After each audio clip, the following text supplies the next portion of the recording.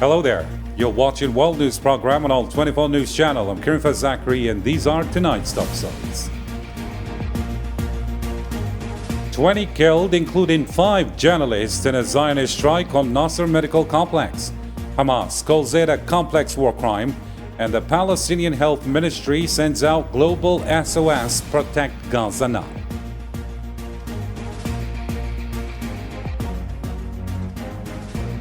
Also in our news, OIC slams the Zionist entity's Gaza takeover plan as a dangerous escalation. And Algeria warns blocking the occupation schemes is key to saving Palestine and the entire region. Next, Sahrawi Republic welcomes UN report says dodging international law won't work. And the Moroccan authorities block 2 rights activists from entering Layu.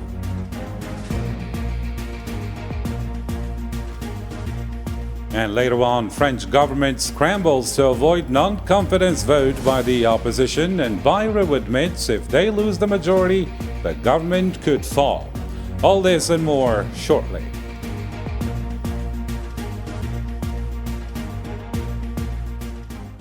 Hello again and welcome back to the program. First in our news, the Organization of Islamic Cooperation says any attempt to forcibly displace Palestinians is a dangerous and unacceptable escalation.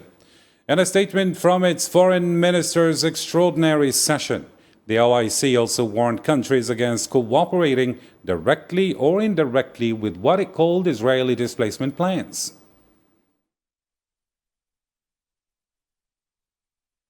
We declare our outright rejection and strong condemnation of Israel, the occupying power, for announcing its plan to impose full occupation and military control over the Gaza Strip.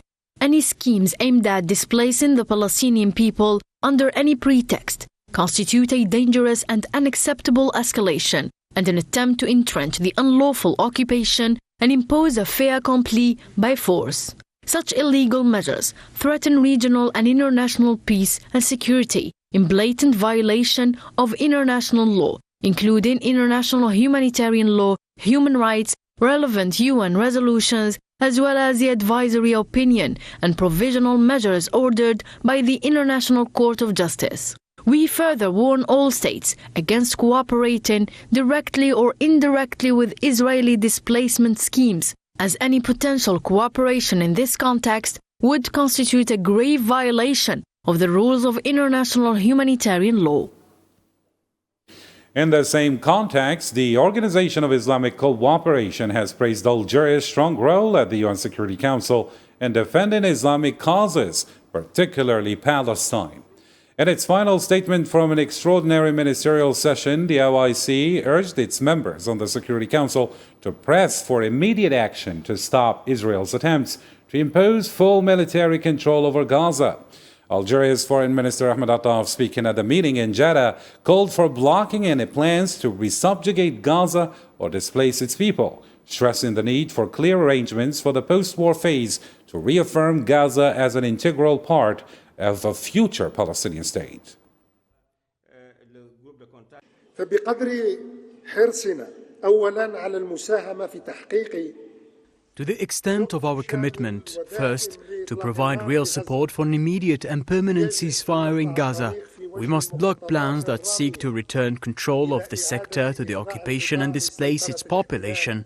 To the extent of our commitment, second, to help establish arrangements for the post-aggression phase against the Gaza Strip. We must work to consolidate the status of this strip as an inseparable part of the territory of the Palestinian state.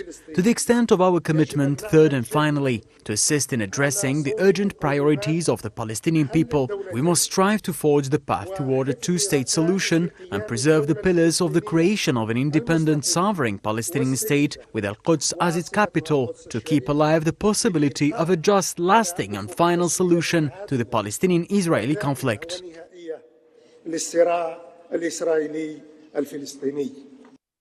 And on the same occasion, Algerian Foreign Minister Ahmed Attaf warned that Israel's expansionist plans pose grave threats to the Palestinian cause and the entire Middle East, as its leaders revived the so-called Greater Israel Project.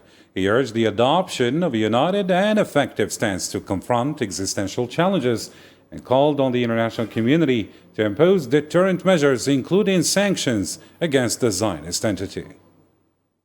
إن التهديدات الجسيمة التي تطال القضية الفلسطينية خاصة The grave threats to the Palestinian cause in particular and to the Middle East region in general compel us and the international community to adopt a new perspective to anticipate the evolving situation and confront the dangers it poses. This is the challenge of the moment, and this is the absolute responsibility imposed by the current situation. It is a collective duty unparalleled in its precision and sensitivity. It is a duty without parallel. The Israeli occupation no longer even bothers to hide its expansionist plans. Its leaders now proclaim the reactivation and implementation of what is known as the Greater Israel Project. ما يعرف بمشروع إسرائيل الكبرى. Moving on the ground in Gaza on Monday, occupation forces carried out a deadly strike on the Nasser Medical Complex in Khan Yunis, killing 20 Palestinians, among them 5 journalists and a firefighter. Medical sources say the hospital compound in southern Gaza was directly hit by 2 airstrikes, leaving many others wounded. Let's get the details with Salman Asib now. The Zionist occupation, once again, reveals to the world the brutality of its premeditated crimes, deliberately targeting hospitals, humanitarian workers, and truth-tellers, placing them on the front line of fire. For the 4th time since the beginning of the aggression on Gaza, the Nasser Medical Complex in Khan Yunis was bombed in 2 successive strikes just minutes apart. The first strike hit the emergency area where critically ill patients were being treated. Minutes later, a second strike targeted doctors, paramedics, and journalists with the grim intent of silencing rescue efforts and the documentation of events. The camera of Marti journalist Hussam al-Masri captured this brutal massacre, leaving behind undeniable evidence. God willing, Hussam's camera will never turn off or stop working, and his lens will never go dark or fall to the ground. No matter what happens, Hussam has fallen as a martyr, just like Muhammad Salama and others, but he will not stop following the same path.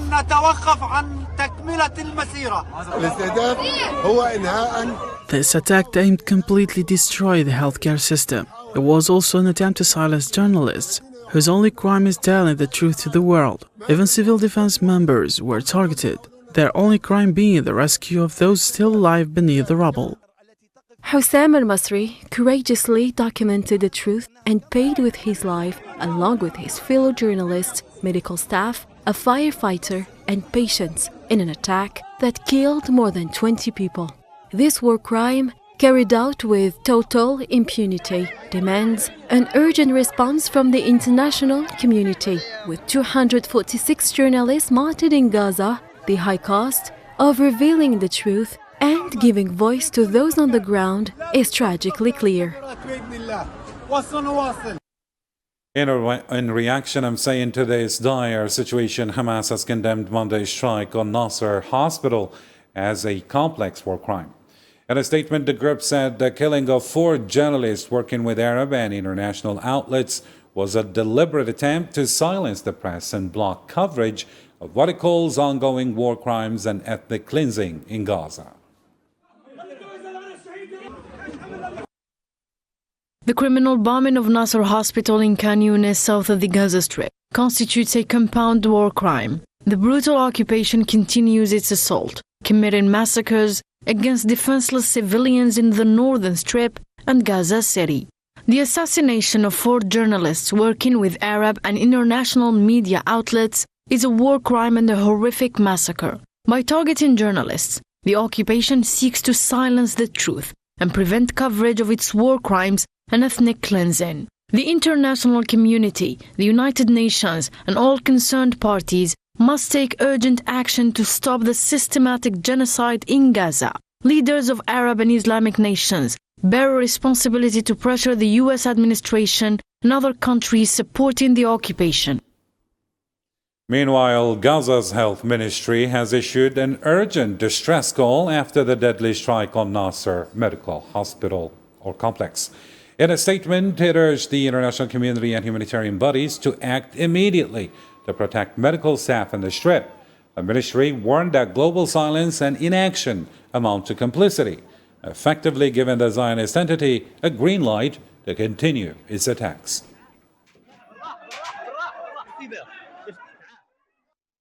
In Gaza, still at least 26 people were killed on Monday in a series of Zionist strikes hitting displaced families across the north, center, and south of the Strip. At the Baptist Hospital in Gaza City, officials confirmed 6 members of one family died in an airstrike on their home in the Karama neighborhood, while 3 more, including a woman, were killed in shelling downtown. In Khan Yunis, 9 people, among them a journalist, died when a drone strike hit tents sheltering displaced families. And in central Gaza, 6 members of another family, including 2 children, were killed in a Nusayrat camp, along with 2 others in separate strikes on nearby homes.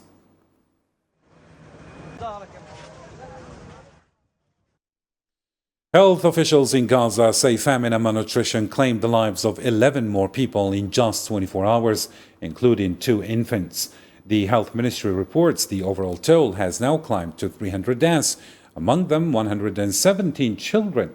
Aid groups are warning of cases of severe malnutrition that are rising sharply, while hospitals face a dire shortage of medicines. Here's a report by Zara Virginia. Displaced families in Gaza are facing a cruel war of starvation. The Zionist occupation flattened entire neighborhoods, forcing people into shabby tent camps where every day is a fight to find something to eat. Among the displaced is Zaki Abu Nada, an elderly man caught into a nightmare that never seems to end. We have no lentils, no flour, no sugar, no rice. You can come and see where we live. You go to sleep without dinner. As you can see, my body is thin. I suffer from high blood pressure, diabetes and heart disease. Hunger makes it so bad that I can no longer see clearly. Like Zaki, thousands of Palestinians are wasting away. In another tent, Mohammed Salem struggles to hold himself up as he describes the hunger consuming his family. My wife and our 7 children are truly suffering from malnutrition. Even though we are registered with all the UN agencies, including UNICEF, they are still starving. I'm speaking to you now, and I can barely stand. I say to the world, enough famine for our people. In these camps, food is so scarce that people wait desperately for the chance of a meal. The designated soup kitchens open once every 2 or 3 weeks, and when they close, hunger takes over.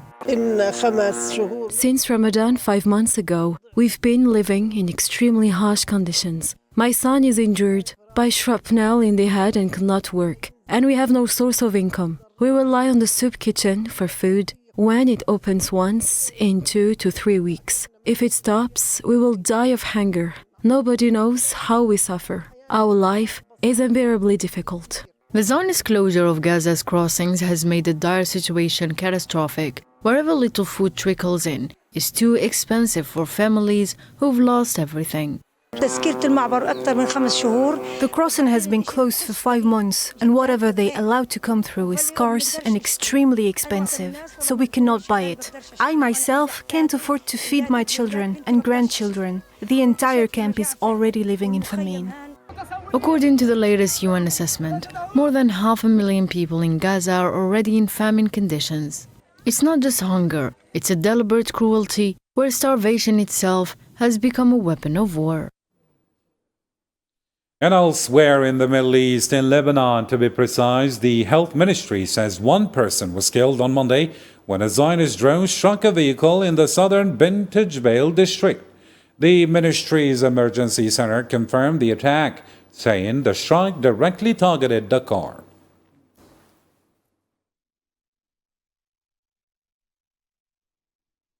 To another story now, the Sahrawi ambassador to Algeria, Khatri Adu Khatri, has highlighted the importance of a recent UN report on Western Sahara, saying it reaffirms the issue as one of decolonization and self-determination. Speaking after a solidarity forum at South Africa's embassy in Algiers, He stressed the need for greater international pressure on Morocco's Makhzen regime to respect international law and allow the Sahrawi people to decide their own future. We need to look no further than the order. These days, it is clear that the question of Western Sahara is being addressed in all its legal, juridical, and factual dimensions at the international level, including the latest report published by the UN Security General, which will be presented at the 80th session of the UN General Assembly. This also gives the issue of Western Sahara an international dimension as a matter of decolonization, self-determination, and a country that has yet to exercise its right to self-determination. Meanwhile, in Western Sahara, Moroccan forces have expelled 2 international human rights activists from La'youn, keeping up the blackout on abuses in the occupied territory. The Sahrawi news agency says American activist Elaf and Portuguese activist Bianca from the Washington-based International Nonviolence Organization were deported on arrival. They had planned to meet former political prisoner Mahfouza Bambalafkir and other rights defenders before being forced out.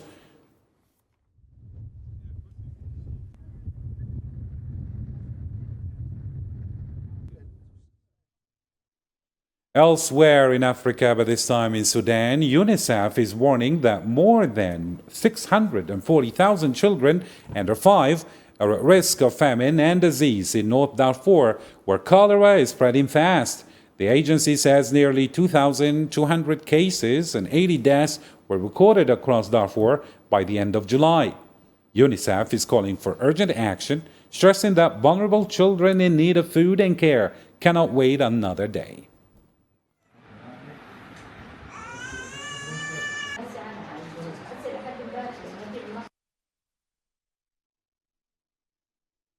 And now to another development in Africa.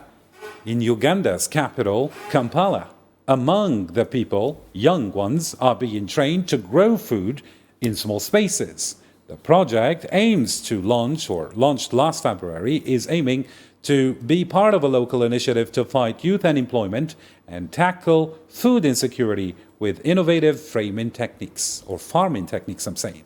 Let's get the details with Yasin Eriktina. In Kamoika, one of Kampala's largest informal settlements, a bold urban farming project is transforming lives and landscapes. Launched in February by the Community Development and Livelihood Project, the initiative teaches young people to grow food in containers and vertical gardens, turning cramped compounds into productive green spaces. This project we started in February last year, and the felt need was to change the mindset of the younger people towards agriculture, and also to provide job opportunities to young people through innovative urban farming. For residents surviving on less than $1 a day, the program is more than farming. It's a fight against hunger, joblessness and despair. A demonstration farm in the heart of Kamoika now doubles as a training hub and a steady source of fresh vegetables. We have trained nearly 800 young people in urban agriculture, including school children. This project has created direct and indirect jobs for the residents of Kamoika, who farm at home, sell surplus produce at market, and generate income. Nearly 800 youths have already been trained. Many are harvesting from their backyards, selling surplus at markets, and earning vital income. Others have tapped into related services like transport, sparking a ripple of economic activity. This program has primarily helped young people in this area by teaching them how to grow food crops and keeping them busy so they avoid vicious cycles.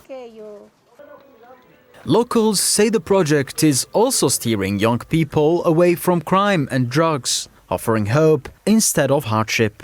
I first seek permission, then I told my grandma, can I easily construct my farm here because I have skills I've gained. I showed her my notes, I showed her my plan, and then I started constructing. And also, since I was skilled enough, I also called my friends who we studied together. With green patches sprouting across Kamoika and plans to expand into more slums, the seedlings planted today are more than food. They are pathways to opportunity, rewriting the story of survival into one of hope, resilience, and unstoppable growth. Moving on to Europe now, French Prime Minister François Bayrou says he'll call an extraordinary parliament session on September 8th for a vote of confidence in his government. Speaking on Monday at a press conference on next year's budget, Bayrou described the moment as critical for France and said he will present his government's policy statement in line with Article 49 of the Constitution. Cette clarification pour moi, elle est urgente. For me, this clarification is urgent, and there is a place, an institution for this clarification, which is the Parliament, in an orderly debate followed by a vote, and not in the confrontation of the streets and through insults. This is the reason why I have asked the President, and he accepted to summon the Parliament in an extraordinary session on Monday, September 8th, in 2 weeks. On that day, I will mobilize the responsibility of the government in a general declaration of policies in compliance to Article 49, alinéa 1 of the Constitution. Ce jour-là, la responsabilité du gouvernement sur une déclaration de politique générale conformément à l'article 49, alinéa 1er de notre Constitution. The French Prime Minister François Bayrou stressed that the upcoming confidence vote will be decisive. He said if his government secures a majority, it will carry on with its work, but if not, it will fail. La Constitution est extrêmement simple. The Constitution is extremely simple. There will be a general declaration of policies, a vote. If you have a majority, then the government is confirmed. And if you don't have a majority, the government falls. Still in France, meanwhile, the opposition parties across the spectrum from France Insoumise and the Communists on the left to the far-right National Rally have all pledged to back the non-confidence motion against Bayrou's government when Parliament meets for the extraordinary budget session.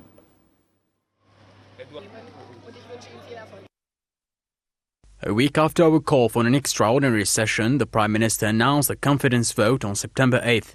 This is already a first victory for the mobilization ahead of September 10th. It must be amplified to turn the page on Macronism once and for all. From now on, everyone is up against the wall and must take a clear position. On September 8th, we will vote to bring down the government.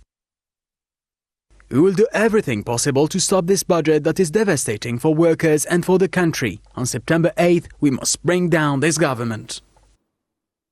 Elsewhere in Ukraine, Ukrainian President Volodymyr Zelensky says Kiev is aiming to secure at least $1 billion every month from allies to buy U.S. weapons through NATO's new Pearl program. Standing with Norway's Prime Minister Jonas Gahr Store in Kiev, he welcomed Oslo's decision to join the effort and praised its backing for Ukraine's energy security.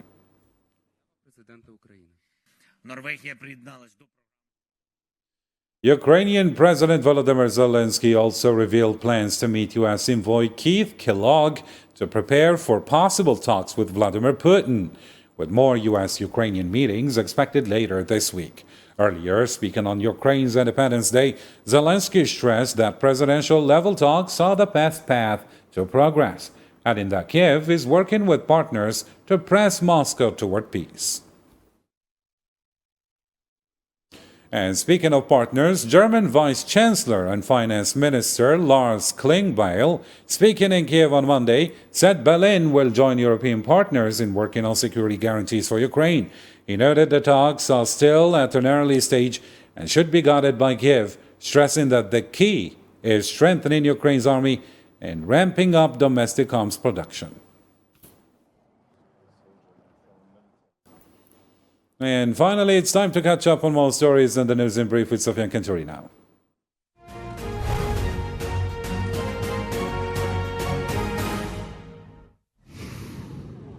Zionist airstrikes hit the Yemeni capital Sana'a on Sunday in retaliation for Houthi missile attacks on occupied Palestinian territories. A Houthi health official said 6 people were killed and 96 wounded. Sudan's Sovereign Council Chief General Abdel Fattah al-Burhan said the army will continue fighting the Rapid Support Forces, accusing them of destroying the country. A Russian court is set to announce new espionage charges on Monday. against a French researcher already serving a 3-year sentence, the latest Western national to face lengthy prison terms amid the Ukrainian war. Typhoon Kajiki made landfall in Vietnam on Monday, battering central provinces with powerful winds and forcing authorities to evacuate tens of thousands of residents.